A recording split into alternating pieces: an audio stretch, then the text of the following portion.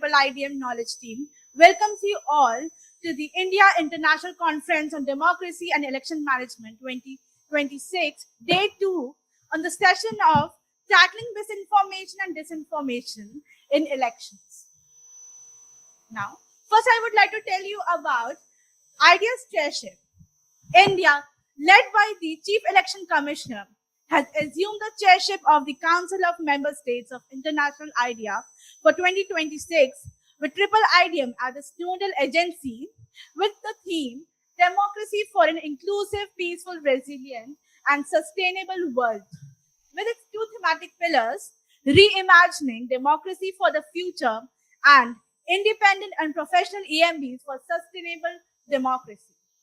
As we move forward to the thematic pillars, India has identified its 43 interconnected thematic areas, including 7 for global roadmaps, policies, briefs, and tools, 11 for international electoral standards, and 25 for global best practices and innovations in electoral processes. About this conference, IIIDEM, under the aegis of ECI and in partnership with International IDEA, is organizing the International Conference on Democracy and Election Management. The conference is structured around overarching theme of India's chairship and the thematic priorities of the chairship. Health and seniors from close to 45 election management bodies and countries are participating alongside leading experts in democracy, elections, governance, technology, law, media, and communication. Now, a brief introduction about this session. This session examines how misinformation and disinformation of elections by distorting public understanding, influencing voters, and weakening trust in electoral institutions. It highlights the role of election authority as reliable information sources and the importance of collaboration with media, fact checkers, tech platforms, and civil society to counter false narratives. The session also outlined the practical strategies such as proactive communication, rapid response system, and media literacy to strengthen resilience against information threats. Now, as we move forward, I would like to introduce to our very first panelist, Mr. P. Jawahar, who is CEO of Puducherry. Mr. Jawahar IS 2007 Agmut Carol served across Mizoram, Andaman and Nicobar Islands, and Puducherry with a focus on urban development, disaster management, and land administration. As Chief Electoral Officer of Mizoram and later Puducherry, he strengthened election management and launched the innovative Count the Carbon campaign to make elections more environmentally sustainable. He received the Prime Minister's Award for Excellence in Public Administration in 2018 for integrating sustainability with democratic governance. May I invite Mr. P. Jawahar sir on podium for his insights on this session.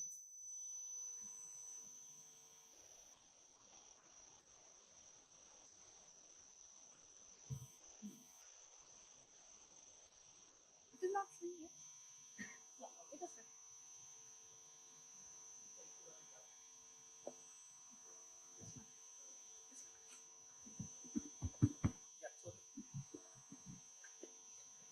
Thank you, Radhika. Conduct of elections is a complex task involving huge HR, EVM logistics, other material logistics, managing the general law and order scenario of the state, and preserving the procedural fidelity of the entire election process. The election machinery, in a conventional sense, is trained and prepared to handle elections and election processes. Till recently, misinformation and disinformation were not perceived as a threat to elections at the field level. Global experience on violence triggered by misinformation and disinformation informs us that social media and its opaque algorithms are a real problem to reckon with. It is now clear that the problem is hugely underestimated. All the thematic sessions that I attended in this conference in the last 2 days cited misinformation and disinformation as an area of critical concern. It is a cross-cutting issue that pervades the entire gamut of all activities that affect elections and hence affects the quality of democracy across the world. I just wanted to start this presentation with this slide. Then I found that who said this is itself not there clearly in the public domain. There is a lot of misinformation about the very quote on misinformation itself. So that shows the level of misinformation in which we are living with. I mean, we are living in the area of in the entire era of misinformation. So to cull out the facts from fiction requires special efforts. To understand misinformation, we should first understand what is information. Information, as I understand, is the building block of reality. Information, if true, represent a certain aspect of reality. That is, information as such will never represent reality in its full, but it can at the most be a subset of the reality because reality is very complex and complicated. Information connects people and creates a common agenda. Information is closely linked to human evolution and it's very innate to human survival and prosperity. Information, even though it is false, if it is repeated, becomes familiar. Familiarity makes it difficult to distinguish between a fact and a fiction. All the above features of an information is illustrated through this metaphorical, I would say, picture, the blind and the elephant, wherein our own experience is rarely the whole truth.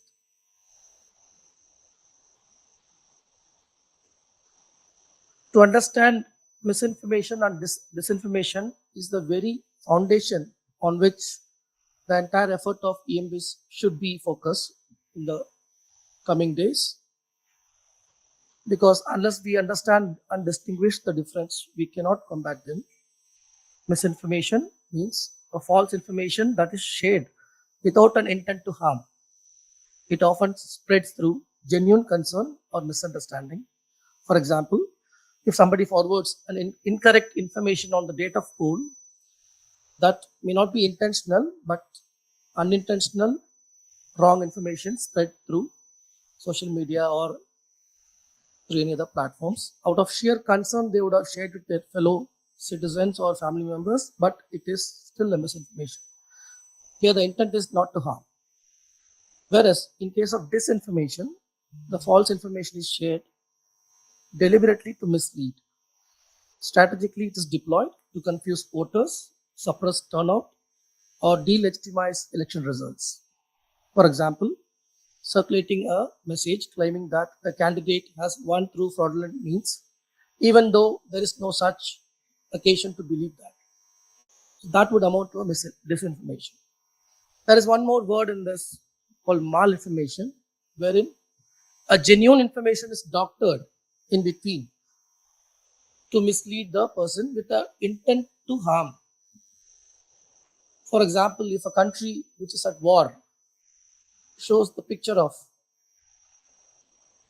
let's say, a bombing which is done some 20 years back to show that we recently bombed it, that is a malinformation because the picture is correct, but the reason which is attributed to the picture is wrong. So that is malinformation. So both misinformation and disinformation spread really fast due to the emotionally resonating content in that and the social media algorithms which amplify it and through peer-to-peer sharing networks. In terms of volume, misinformation is much more than disinformation, which means we many times as consumers of information, we without any intent to harm, we keep disseminating misinformation. The nature of the challenge is such misinformation leads to reduced voter confidence, it reduces participation, and it impacts the credibility of electoral outcomes. Because electoral outcomes are a function of the level of contestations. If the level of contestations come down due to a misinformation campaign, then it is not good for a quality of democracy. And they are characterized by a viral spread, and a lot of the misinformation and disinformation are made of synthetic media as we speak. The quality of the deep fakes are improving day by day, and it is hyper realistic. In the last few months, we would have noticed many videos, many of us would have inadvertently forwarded, looks so real, and it's hyper real basically to even believe that. It taps on the low media literacy among the electors. It takes advantage of the lag in the response by the government machinery, be the government or the EMBs. It exploits the poor institutional capacity of the EMBs. It is multidimensional in nature because it inherently taps on the psychological dimension of electors, voters, citizens, because every one of us have our own biases, inherent biases. So it touches on that and it amplifies based on our likes and dislikes and forwards. It has an institutional dimension wherein the declining public trust on institutions is effectively tapped by the misinformation, the generators of misinformation or the misinformation actors to tap on the weakening situation of the institutional dimensions of the institutions. There's a technological dimension because, as we discussed, deep fakes and the algorithmic amplification are a real threat faced by all the EMBs and all the governments across the world.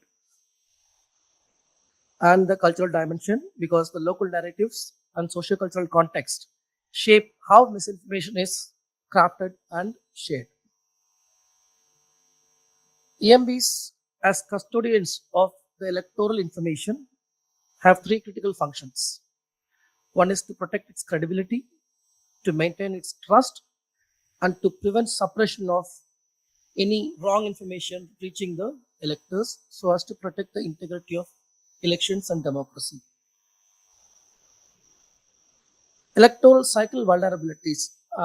In general, the election cycle is divided into three phases: the pre-election phase, the during election or the election phase, and the post-election phase.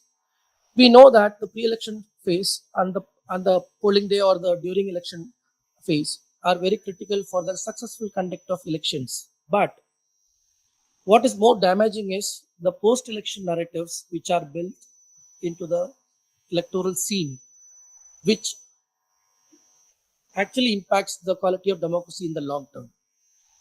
Pre-election phase and polling day phase, the EMBs are on full alert. As we know, the election management bodies, starting from the election planning phase, we tend to focus more on the polling to conduct a smooth poll for for which we muster all the resources available with us, and till the poll day we focus our best of efforts to ensure a smooth conduct of elections. But after the elections, our guard is generally down. That's the norm. So that is the phase when the impact of misinformation and disinformation is huge on the quality of democracy. Some of the response mechanisms what the EMBs would adopt are the legal changes to strengthen their response to the emerging threats due to technological threats like AI and deepfakes, and to increase the collaboration with private platforms so that we can um, have a better response mechanism. When we issue a takedown order, it has to be followed by the technological platform so that the response is faster. If the social media platforms don't have an understanding of the need to adhere to the takedown orders issued by the government authority or the election management bodies, then it's going to be a challenge because the misinformation would remain to stay in the public domain. The cross-border influences are still there. It has to be recognized and accordingly handled. And the model code of conduct, as of now, is largely based on the general understanding among the political parties and the stakeholders from the point of view of law and order and election campaigns. And the election campaigns typically doesn't pay much attention to the emerging threat of misinformation and disinformation. So we need to focus on that.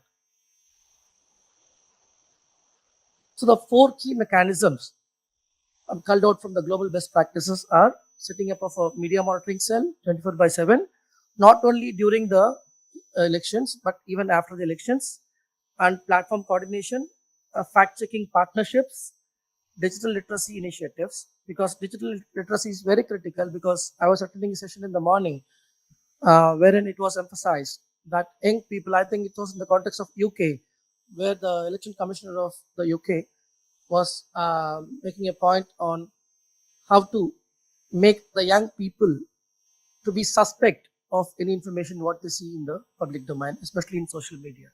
That is very critical.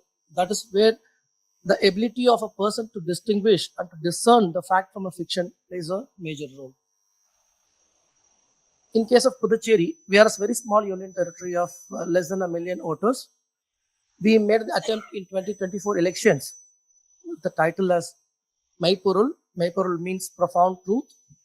It is taken from Tirukural, which is our kind of is considered as a sacred text of our literature in Tamil literature. So Maipurul resonates well with the people, so it's culturally rooted. And we use that initiative to educate the young voters, especially those who are in the higher education institutions, to tell them about misinformation, disinformation, how to distinguish between an information, misinformation, disinformation, so that we can train a corps of people who can help us in curbing the threat of misinformation. At least at the bare minimum level, they won't be forwarding a text which they find it to be a misinformation. So that is the basic which we can expect from that initiative. But our outcome is quite encouraging, and we are going to launch Maipurul 2.0 in the upcoming election in March, April this year for the assembly in Puducherry. I think the recommendation is basically the flipped version of what I covered earlier. It is for you to see. Thank you.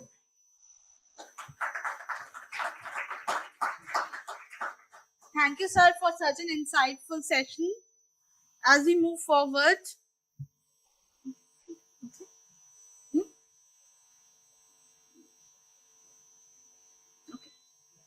I would like to introduce to your next member in the panel, Shri Ashish Goyal, sir, Director General, Media. Shri Ashish Goyal, sir, is an IS 1996 batch, joined as Director General, Media, Election Commission of India on 1st May 2025 with nearly 30 years of experience in media and mass communication. He has held key leadership roles in PIB Delhi and Chandigarh, Directorate of Field Publicity, now CBC, Indian Institute of Mass Communication, and National Museum with additional charge of Saral Jung Museum, a gold medalist in MBA Finance, and an engineering graduate from PEC Chandigarh. He brings multidisciplinary expertise across media, culture, research, and public communication. We invite you to the podium, sir.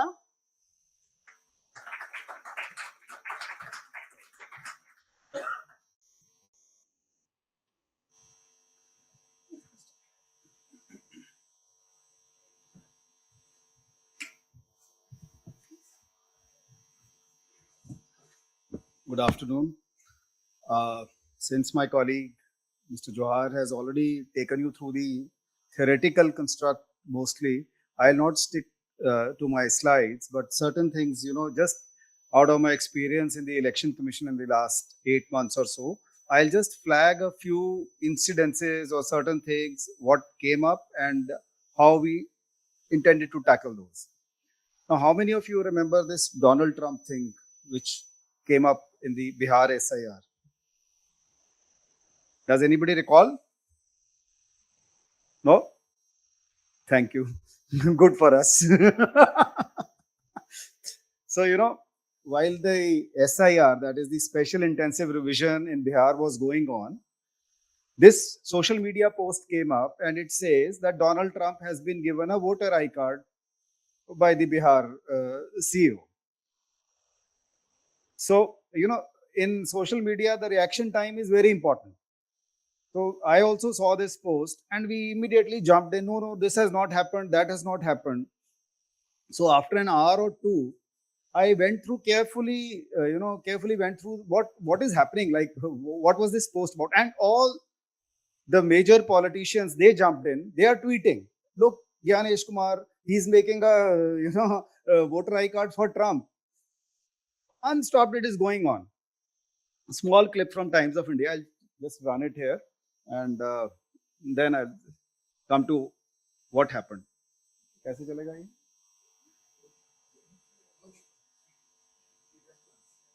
Hmm? Just once. Okay, no problem. No problem. So after an hour or two, I sat down coolly and started seeing what it is. It was a fake application applied by somebody, I mean, some mischievous element, asking for a residential certificate there. On online, you can apply for anything. I mean, you can, who's stopping you? And whatever photograph you want to put, you can put a photograph of a tractor, you can put a photograph of a goat. All these incidents came up during Bihar. So somebody created a fake application and just submitted it and clicked a picture of that and tweeted. I mean, this is how misinformation travels. Nothing has happened. The Bihar government has not given him a residence certificate. We have not made a voter ID card for him. But by the time we came out controlling it, it was viral. Like Jawar just said, that it has already traveled half the world, and we are just tying our shoes. So this is a huge problem that we are facing now. In the earlier times, like Radhika said, he has 30 years of experience. That experience has no value today. When I started my career in the field of communication, we used to have just 3 or 4 newspapers, hardly any TV channels. So, you had your own sweet time. Even if something has gone wrong, we would issue a press release at 2 p.m. Then at 3 p.m., we'll suddenly realize, oh, yaar, isme galti reh gayi koi, something has gone wrong. Then you will, issuing a revised press note because nothing is going on. There is no problem. Till 10 p.m. at night, also, you can keep revising your story and keep sending because it will get published tomorrow morning only. Now that is not the case. One tweet and you are done. One wrong thing in your tweet by any institution, you just can't take it back. However hard you may try to revert and do that, impossible. So basically, coming back to my presentation, we are like trying to understand election misinformation and the strategies and solutions for that. As Jawar has already dwelt on this, misinformation, disinformation. I am not going to stop here. What do they undermine? Elections is all about trust.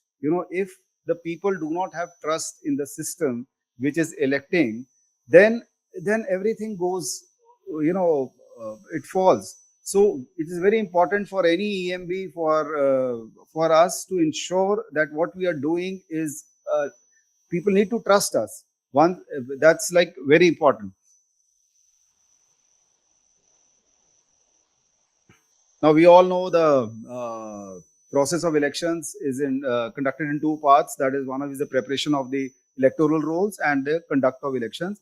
And in both places, we've experienced in the recent past few months that both we see problems coming up there. For example, while I'll give you one more example, in the preparation of electoral rolls, when we were preparing these rolls, there would be people tweeting that there have been mass deletions. We have not been shared the lists of the voters with us. Whereas, I'll show you some pictures in the end how we tackled all this. It's mandatory for us to share the voter lists with all the political parties. They are put up on the websites of the respective CEOs, the DOs, and the BLOs share these lists with the local political parties. But still, in spite of doing all that, there is a standard allegation that we are not given the voter lists. So we keep telling again and again and again, but nobody is listening. So people are just listening to what they've been, because it's very, gossip is always interesting. We all know that. What's happening in the neighborhood, next door's house, somebody is fighting. That's always exciting to know. And then stories start traveling from there. EVMs, that story is past, but very often we see people putting out stories about EVMs. Nobody can have access to a EVM, but still you have people, sitting with some kind of a machine and showing a demo that look, I pressed, I voted for party A, but the actual vote has gone to party B. Now all those things we have been busting. Just recently, you would have seen another WhatsApp clip where somebody is putting a ink on his finger and then he's rubbing it with acetone. It happened in the Bombay Municipal Corporation elections just recently. Now, somebody is sitting somewhere, which ink is he putting, with what is he rubbing that, but that tweet went viral. And then again, politicians jump in without giving a thought to anything, and then they are retweeting and then again commenting on the Election Commission of India. Another very interesting thing about misinformation, the Election Commission of India conducts elections for the assemblies, assembly constituencies, and the Lok Sabha, and of course, vice presidential, presidential elections. We do not conduct elections for municipal corporations, for panchayats, for the local bodies. But whatever goes wrong anywhere in the country regarding the election process, it is the Election Commission of India which is blamed for it. And sometimes it so happens that the ruling party in that particular state, the people from that ruling party only are criticizing the Election Commission of India, whereas the fault has been of the State Election Commission. So that also happens sometimes. So EVM, though I've already talked about. One very standard thing just before any elections come up, that one fake news comes up, that is the election schedule. This is a very standard thing which comes up, and then now we know how to tackle that. We are prepared for that. Voter ID. This is another standard thing which comes up, just before the elections. People go say, I was not carrying my voter ID, I was not allowed to vote. Whereas, as per our law, there are other 10 to 12 documents through which you can show your identification and vote. So now, since we are already prepared for this, we know these things, these kind of things come up.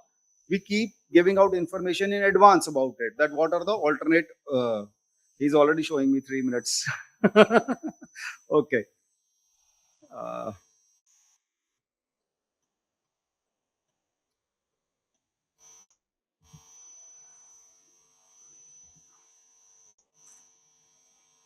This is all the theoretical thing. That is why I'm not stopping here. Why elections are vulnerable? Elections are, the contestation rate is very, very high in an election. जिस तरह हिंदी में हम कहते हैं कि सत्ता की लड़ाई है, तो उसमें लड़ाई बहुत ज्यादा होती है, इसीलिए वहां stakes भी ज्यादा हैं. That is why people, all these things come up. Then the polarization, various things happen. Now, another interesting factor. Earlier, what used to happen was that first, some kind of information would come in the mass media, like in print or something. Then it will travel to TV and then to social media. Now it happens otherwise. By the time you are reading the newspaper the next day, you think this is stale news. You already have seen that thing 5-10 times before that thing. So now the whole cycle is reversed, and fortunately or unfortunately, where is the young generation consuming its information from? Information or misinformation? In a country like India, 65% of the population is below the age of 35 years. Half of the population is below the age of 25 years. I've hardly seen youngsters picking up a newspaper and reading it. I mean, it would be happening in most of the homes. So from where are they consuming their content? From the phone. And on the phone also, there are echo chambers. People are wanting to hear only what they want to see, what they want to hear. So they are not open to diverse opinions. So people have their own systems and they concentrate on that only. Strategies and solutions. This is some things which we adopted here in the last few months. One is, now I'm talking specifically in terms of social media, because as I told you, print and TV, you can still, manage, do some damage control. You have some reaction time. But social media, you don't have any reaction time. So very important to watch what is happening. Means you need to closely watch certain people over a period of time. There is a learning curve. We also work on a humans also work on a AI model. I get to know over a period of time that who are the people who are constantly talking against me. So we are putting those people, this is like practically what we are doing. Those particular handles or those particular accounts, they are on our watch list, and we know now what to follow. Otherwise, it's endless. We come across companies who come and tell us, look, we'll do this social listening for you. Arey bhai, what to do with that social listening? If by the end of the day or by in 1 hour you are giving me 2,000 posts, look, these 2,000 posts are talking against you. I can't just react to 2,000 posts. So I need to know, I have to pick my battles, which posts I need to respond to. So we keep people or some handles on our watch list who spread misinformation or disinformation about us, and then we react. Reaction time is very important in social media. The first reaction that we generally give is, okay, we've come across this thing. We are verifying the veracity of this particular news. So we stop that from traveling by our immediate post. Then in a hour or two, we ask our CEOs, we ask our DOs, to really investigate what is actually happening, and then we put out a proper response to that. And of course, education. The more you communicate, the more you keep telling people about the facts, it helps. For example, like there's a common criticism, it's not the job of election commission to verify citizenship, right? Now, what are the eligibility conditions to become an elector? Yeah, tell me. Citizen, 18 years. So if a person is 16 years old, should I make a voter ID card for him? No. So if a person is not my elector, he's not a citizen, should he be having a voter ID card? So is it not my job to at least check? If I'm checking your 18 years of age, is it not my job to at least check? It's not that I am giving citizenship certificate to anybody. That nobody in India can. Citizenship is acquired. But at least if I'm handing out a voter ID card to you, I should know that you are a citizen. For example, recently in the case of US, you read this tweet about Somalia. 3 lakh Somalians, Trump is saying that came and voted somewhere. They are also talking about same kind of things. So if we keep educating people, like Aadhaar card was another example, that whether it's a proof of date of birth or it's a proof of your residence, I will not go too much into that.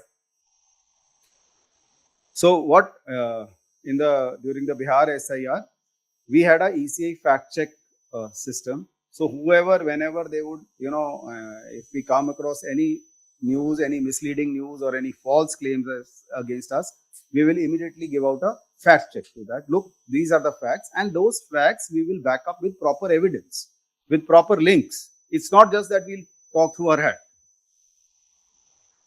This is proactive information during the our process. We were ourselves coming out and giving information to people before any negative things started coming up.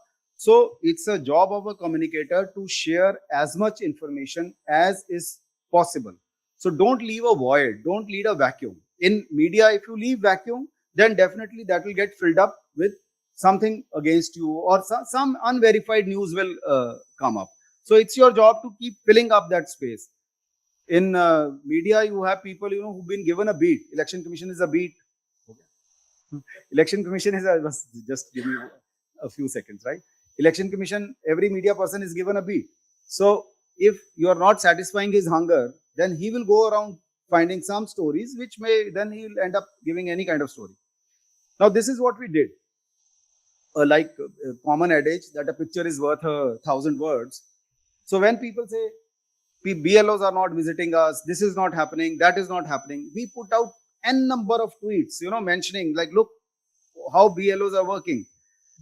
And then testimonials of the people, recordings of the people. When the allegation came up that we are not given voter lists, we got hold of the people to whom the voter lists were actually handed over, and we put out those testimonials. So all these things helped us curb the misinformation, because we were presenting with facts, with pictures. So that helps. Otherwise, if I just keep saying, no, I've been doing, people will not believe you, right?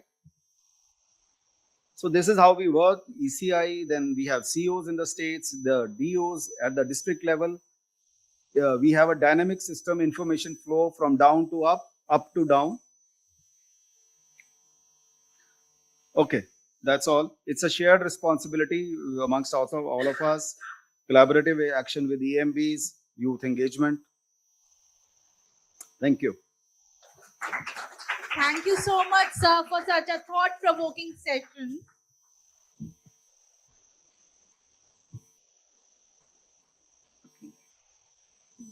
Now, I would like to introduce to our next panelist member, Ms. Arlene Cabral, National Electoral Institute, Mexico. Arlene Cabral is the coordinator of international affairs at Mexico's National Electoral Institute. She holds a degree in political science from the University of Hermosillo and a master's in social sciences. Since 2011, she has worked in electoral administration, contributing to 5 federal and over 10 local elections. She joined the National Electoral Professional Service in 2014 and has served in various INE offices. She was also Executive Secretary of the State Electoral Institute of Sonora. Additionally, she has taught courses on electoral law and electoral processes at several universities. May I invite you to the podium, ma'am?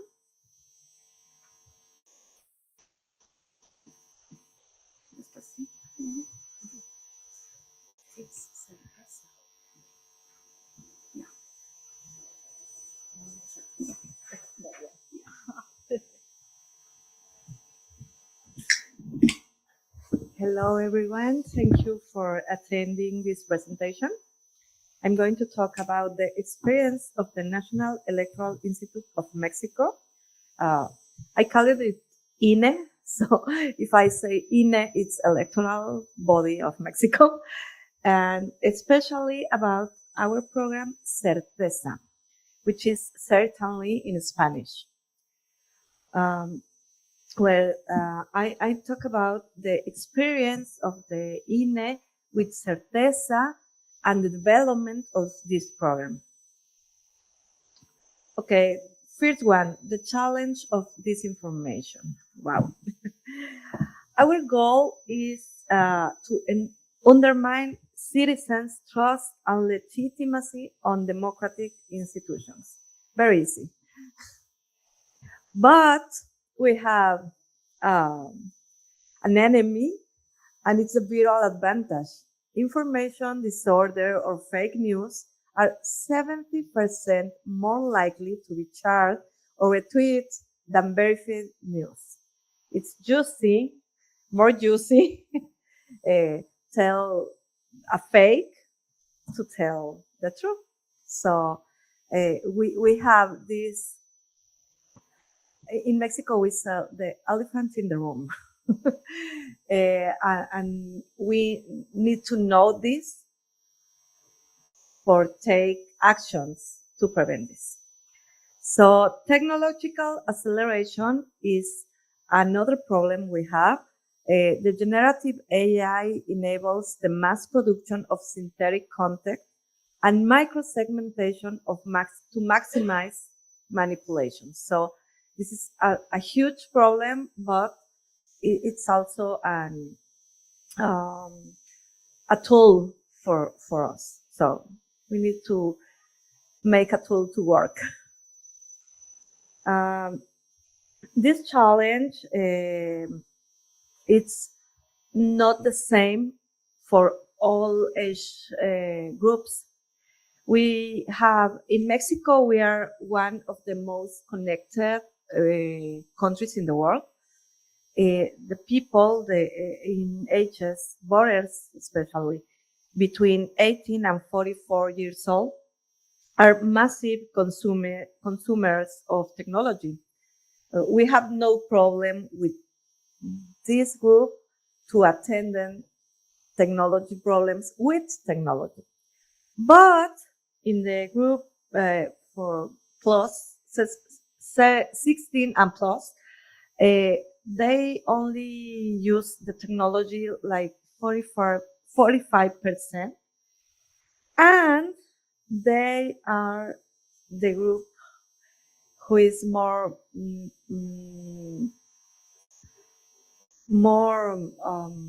able to compare this information. So this is a little problem,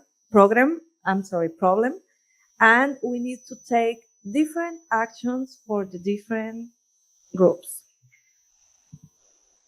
So in this disinformation ecosystem, during the elections, we were asking people what they think about disinformation and misinformation.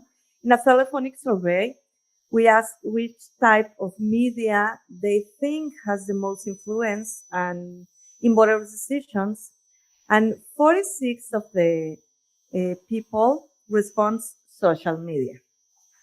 But also 32 of the people tell us which the following source in do we trust to have political information is social media. So we can say this. And for our surprise, the social media platform in the first place in Mexico in this year, whereas last year, is still Facebook. So people believes the Facebook information. So this is interesting because we was thinking Twitter was the source, but no, Facebook is the source of misinformation. Okay. Well, when we noticed that phenomenon in the world, we was thinking what we can do. So between 2010 and 2018, there are a lot of things in the world: the Arab Spring, referendum to Brexit, presidential elections in USA, referendum on peace agreements in Colombia, in America, and the elections in Brazil, too, in Colombia. All of them have a big media info component. I'm sorry, and then we need to take an A on this. So in the elections by 1718 electoral process, we create this program who tells certeza. Is as a temporary and tactical mechanism to counter misinformation. Only for that year, we are a dreamer. So we thought we are, I don't know, we assume this is enough in that moment, but certainly no. Between 2019 and 2023, we implemented this temporary program in all electoral, national and local elections. And we have a referendum in that time. And we installed this temporary program for the election. But in 2024, for the new presidential elections, we needed to strengthening the methodology, recognition of the and make a big effort to tackle misinformation. And the UCM observation mission of 2024 have the recognition of significant contribution to improving election integrity for the program. So this program really had a response with the people. So by 2025, right now, we are transforming this program to a permanent program in base to the issue of constant disinformation. We learned the lesson. This is not going to be a temporary program. It's not a temporary problem. So we need to make a permanent program for tackling misinformation and disinformation. So what is the methodology? Methodology is a 6 steps methodology. First step, monitoring. Constantly we are monitoring the media. We have active tracking of social media and media in all the country. Second step is verification, confirmation of denial, relying on official sources. We are looking for the answer to the pink in the media. Third step is technical validation. The technical areas of the institute that ensure the accuracy of information. The fourth step is design and communication. The National Office of Social Communication, CNCS, develops strategies in order to reduce fake narratives. They develop the answer to the fake news. Number 5 is control desk, directive instance that validate the final content to be published. And the sixth and final step is technical support, ensures the operational continuity of the platform.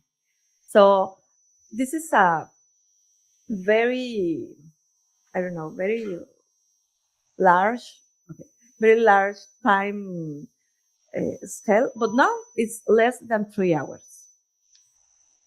Very large process, I'm sorry. Okay, I go quickly.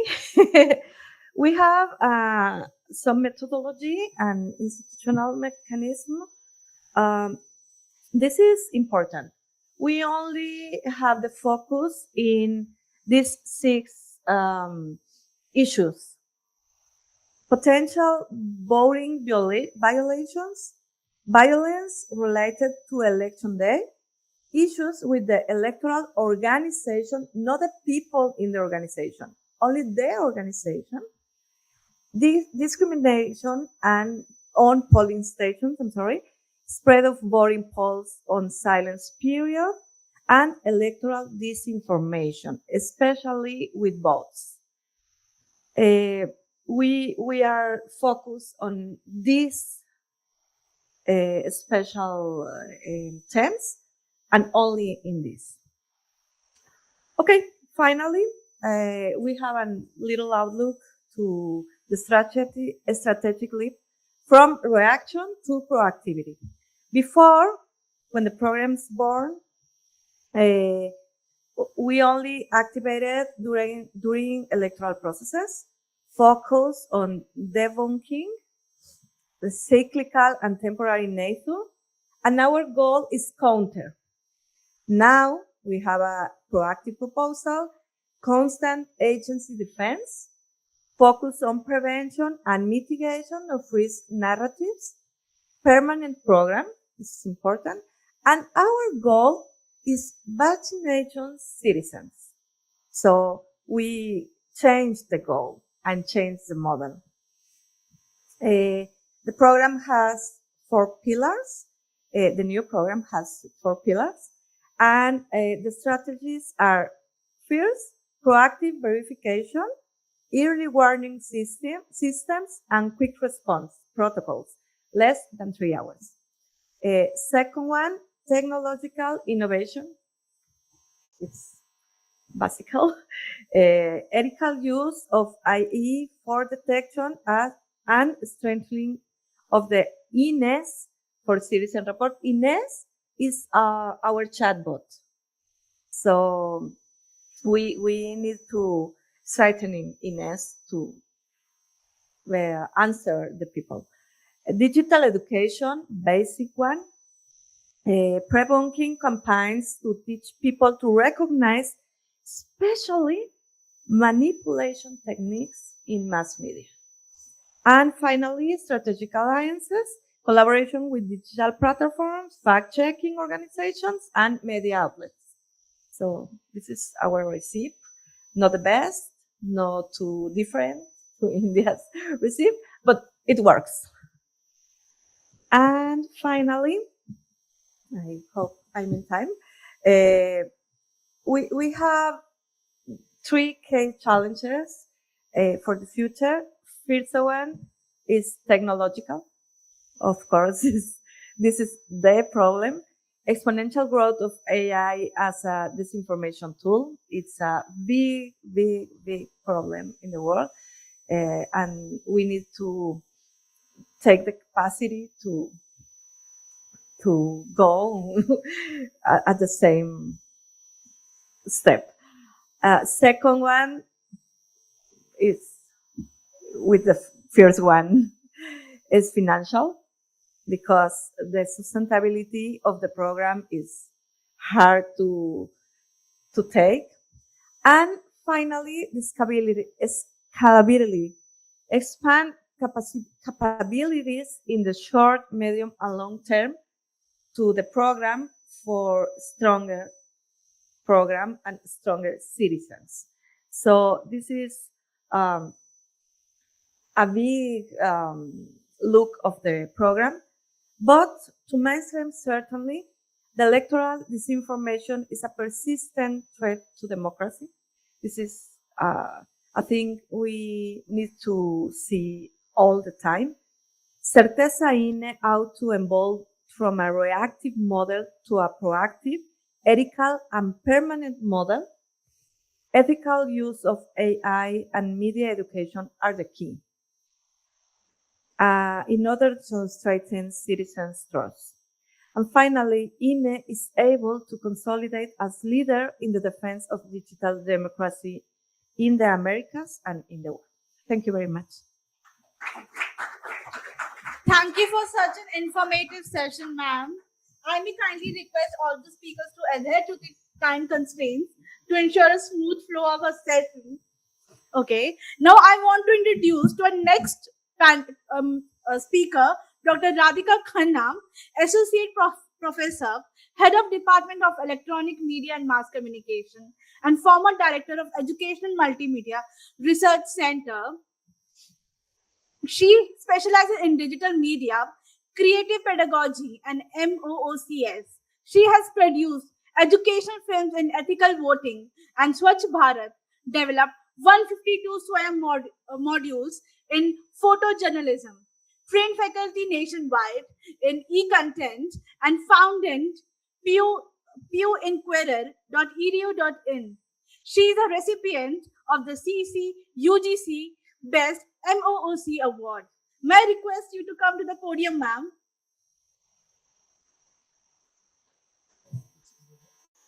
Oh, specs.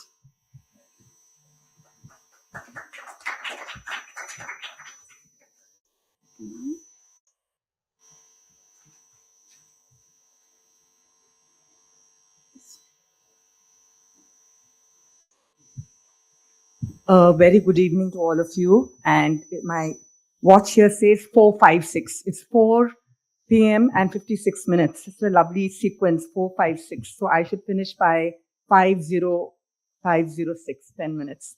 Very good evening to all of you. And just let's wake up. Just shake your hands a little bit. Yes. Yeah. Just shake a little bit. It's good lymphatic drainage. We've been sitting around, too much of thinking, too many worries in the world, including how to tackle misinformation and disinformation in elections. We can't lead our own lives, and we have to lead countries and civil societies, and we have to choose the right leaders from a very select choice options available. So we have so many things that trouble us day and night. And on top of that, we have to handle misinformation and disinformation. My Lord. Yes. So I think enough has been spoken about misinformation and disinformation. My reverend colleagues before me, all of them have set the field very clear that what is misinformation, what is disinformation. So I need not repeat it again. Why this matters, we are hearing this from yesterday, that erosion of trust and institutional, the responsibility and a democracy, which wants to be a living democracy and alive ethical democracy, how do elections help us to keep this ship flowing and floating and not sink like the Titanic with this unexpected little iceberg that will come our way in very small ways, which could be misinformation or disinformation. All right. And the core concepts which I've mentioned here and the relevance for EMBs, I'm not going to speak about them. I speak on things which have not been touched upon by others. This, I think, would be a repetition. Now, elections information age, again, it's the same thing that everybody in this conference is talking about. EMBs being guardians of credible electoral information, contemporary challenges, which my dear colleagues on the dais have already set out, the increasing trust erosion, the disproportionate impact, especially on the marginalized, the rural voters, the first-time voters, and those who are out of or on the other side of the digital divide, who we are not even kind of looking at, what's happening there with WhatsApp University or other kinds of private and collective forms of shared information, which is difficult to control and gauge and monitor and therefore avert and stop. All the stakeholders that are affected and what are the electoral challenges. These are here before you. The global trends and emerging patterns, again, everybody's been talking about it, the increasing extent of misleading information through encrypted platforms, fragmented media ecosystems, the challenges for EMBs, the election fraud narratives about voting irregularities, EVM tampering allegations, so on and so on and so on and so on and blah, blah, blah, blah, blah. Okay, so what is it that we can do? So the terrain is difficult. It's a roller coaster. It's not easy. And especially in a country like India, which is really a vibrant democracy, but which is so diverse, with thousands of different dialects and languages, thousands, and in two digits recognized. So many different people who have to be reached out in their regional languages, with their culture, their norms, their living practices. And we all want to keep the ship of this democracy floating and not let it sink underwater. So I would like to stress on that what can we do, or what is being done rather. So we need to bring in an emphasis on transparency, voter information integrity, and institutional credibility. Now, what I really liked what Arlene spoke about, what I really liked, Arlene, you talked about the interagency coordination in your country. And there's such a beautiful example that she shared with us, that how different players are coming together, because one player or one agency alone cannot counter this huge elephant in the room, as it were. All right. So those interagency coordination is very important, and therefore it calls us to pay attention to something called collaboration. But before collaboration comes intention, and with collaboration comes understanding. So usually we think of the ICU as the intensive critical unit, where when you are gasping for your life and you don't know if you'll survive it, you're in the ICU, in the intensive critical unit. So what do we turn this intensive critical unit, which is a negative connotation, to a positive and an affirmative and an empowering kind of a connotation, where I is intention, C is collaboration, and U is understanding. So when we have the right intention, which propels us on the path of right action or dharma, I mean, we are talking about, Indian thought and Indian philosophy as well, where we talk about what is the right thing to do, what is the right action, which is for the greater good. And in a democracy, we are serving the people. We want to give the right product at the right time to our citizens because we are serving them. As leaders or as bureaucrats or as officials, we are invested with responsibility to give the best to our people of India. Likewise, globally also, all democracies can only thrive if they give their best intention, collaboration, and understanding to serve its people. So I will share 3 or 4 examples, and then I will end. It's already 5:02. One is this example about the Shakti. They have a website, shakti.in, and Shakti is a fact-checking collective. It's a consortium of Indian fact-checkers and news publishers working collaboratively to counter online misinformation, and to amplify the reach of fact checks in local languages. In the 2024 general elections of India, 300 plus